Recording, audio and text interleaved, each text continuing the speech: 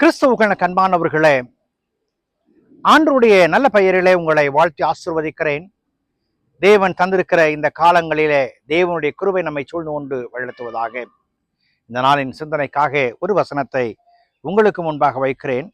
அது மார்க்கல் நற்செய்தி நூல் 5ஆம் அதிகாரம் 22வது வசனம். அப்பொழுது ஜெப ஆலய தலைவர் ஒருவனாகிய யவீரு என்பவன் வந்து அவரை கண்டவுடனே அவர் பாதத்தில் விழுந்து. அன்புக்குரியவர்களே, ஆண்டவருடைய பயணம், இந்த உலக ஊழிய பயணம் பல நிலைகளில் பல இடங்களுக்கு செல்லுகிற ஒன்றாய் காணப்பட்டது.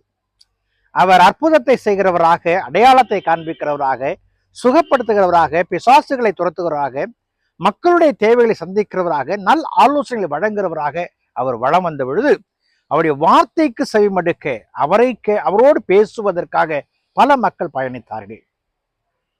அப்படி அவர் பயணித்து வரும் பொழுது ஜெப ஆலய தலைவனாகிய சினகாக் லீடர் யவீரு என்பவன் ஆண்டவருக்கு முன்பதாக ஓடி வந்து அவருடைய பாதப்படியிலே விழுகிறான்.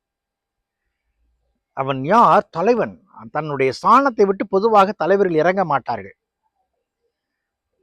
ஆண்டவர் இறங்குவார், அது அவருடைய பண்பு. ஆனால் பொதுவாக மனுமக்களுடைய வாழ்க்கையில அந்த சிந்தனைகள்ல தாங்கள் கீழே தங்களை தாழ்த்தி கொள்வது என்பது கிடையாது. ஆனால் இந்த மனிதன் அவன் மிகவும் சங்கடத்தோடு, என் மகளுடைய வேதனை நீங்க வேண்டும், மரண அவஸ்தைக்குள்ளாக அவள் இருக்கிறாள், அவருடைய வாழ்க்கை மாற வேண்டும், சுகம் பெற வேண்டும் என்கிற எண்ணத்தோடு கூட இயேசுவுடைய பாதத்திலே விழுகிறான். அப்பொழுது அவனுடைய தகப்பனாக அவன் தன்னை பார்க்கிற பார்வையினாலே தலைவனாக தன்னை பார்க்காதபடிக்கு தன்னை தாழ்த்துகிறவனாக ஆண்டவருடைய சமூகத்துல வருகிறான். அன்புக்குரியவர்களே, இன்றைக்கு மனுமக்களுடைய வாழ்க்கையில மேட்டிமை அல்லது பெருமை என்பது தலைவிரித்து ஆடுகிற ஒன்றாய் காணப்படுகிறது.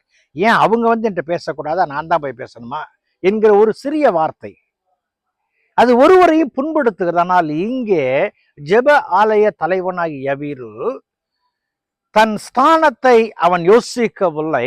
இறை வல்லமையையும் தன் மகளுடைய வேதனையும் அறிந்தவனாக, இறைவனுக்கு முன்பதாக பெருமை பாராட்டாதவனாக, தன்னை தாழ்த்துகிறவனாக ஆண்டவரிடத்தில் வருகிறான். விளைவு என்ன? ஆண்டவர் அவனுடைய பிள்ளைக்கு சுகத்தை கட்டளையிடுகிறார். வேதம் சொல்கிறது, அவள் மரித்து போனாள் என்று சொல்லும் பொழுதும் கூட ஆண்டவர் அப்படியே விட்டு விடாதபடிக்கு அவனுடைய இல்லத்திற்கு சென்று சிறுமியை கையை பிடித்து தலிதா தக்குமே என்று சொல்லி அவளை உயிரோடு எழுப்பினார். அன்புக்குரியவர்களே, வேதம் சொல்லுகிறது, யாக்கோபு எழுதின கடிதம் 4ஆம் அதிகாரம் 6வது வசனத்துல தேவன் பெருமையுள்ளவர்களுக்கு எதிர் நிற்கிறார், தாழ்மையுள்ளவர்களுக்கோ கிருபை அளிக்கிறார்.